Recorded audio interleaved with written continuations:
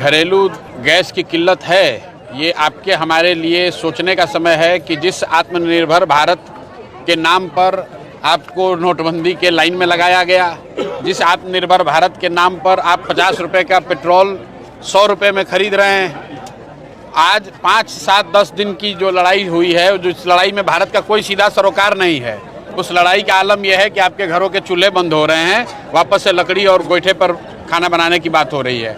ये दिखाता है कि बड़ी बड़ी बात करना एक बात है और ज़मीन पर उसको उतारना अलग बात है। तो आत्मनिर्भरता की बात, विश्वगुरु बनने की बात, ये सिर्फ स्लोगन में ज़्यादा अच्छा दिखता है। ज़मीनी हकीकत यही है कि देश में एक बहुत बड़ा वर्ग ऐसा है जो कि आज भी अपने जीवन की मूलभूत समस्याओं के लिए जूझ रहा है। पढ़ाई के लिए, खाने के लिए, रहने के लिए मूलभूत सुविधाएं जो होती हैं वो भी उसको मयस्सर नहीं है। और बिहार जैसे राज्य में तो इसकी स्थिति इतनी खराब है कि 100 में 60 आदमी आज भी बिहार में 100 रुपया दिन का नहीं कमा रहा है। और इस राज्य के मुख्यमंत्री, इस राज्य की सरकार समृद्धि यात्रा निकाले हैं।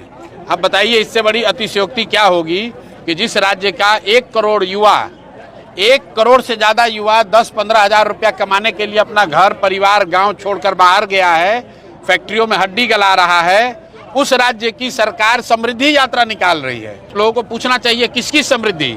समृद्धि है जो सत्ता में बैठे हुए लोग हैं, जो अफसर है, नेता है, उनके यहाँ समृद्धि है। उनकी समृद्धि इतनी हो गई है कि बिहार के अफसर और नेता बिहार छोड़कर, दिल्ली बॉम्बे छोड़कर ऑस्ट्रेलिया और इंग्लैंड में ज़मीन खरीद रहे हैं, घर खरीद रहे हैं। और जो बिहार के बच्चे हैं वो तमिलनाडु में, गुजरात में आप देख रहे हैं हजारों की संख्या में लोग खाना बनाने के लिए भी वहाँ उनके पास गैस नहीं है। आप देख रहे होंगे ट्रेन में लोग लौट कर आ रहे हैं। तो ये दुर्दशा है देश के साथ साथ, लेकिन हम ज़्यादा जो समस्या है वो बिहार जैसे राज्यों में है।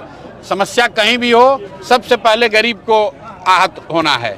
तो बिहार में सबसे ज़्यादा गरीब हैं, तो गैस की समस्या हुई है तो सबसे ज़्यादा परेशान कौन हो रहा है? बिहार के लोग हो रहे हैं। क्योंकि हम जैसे कोविड में आपने देखा, कोविड विश्वव्यापी समस्या थी, सबको तकलीफ हुआ, लेकिन सबसे ज़्यादा तकलीफ बिहार के लोगों को हुआ क्योंकि प्रवासी मजदूरों को 1-1 हज़ार, 1.5 हज़ार किलोमीटर पैदल चल के आना पड़ा। वही स्थिति आप देख रहे हैं, सूरत में गैस नहीं मिल रहा है। सूरत में रहने वाला गुजराती अपना काम चला रहा है, लेकिन जो बिहार का मजदूर वहाँ रह रहा है उसको खाना बनाने के लिए कोई साधन नहीं है, गैस नहीं मिल रहा है, तो बेचारा भूखे पेट ट्रेन में बैठ के वापस आ रहा है।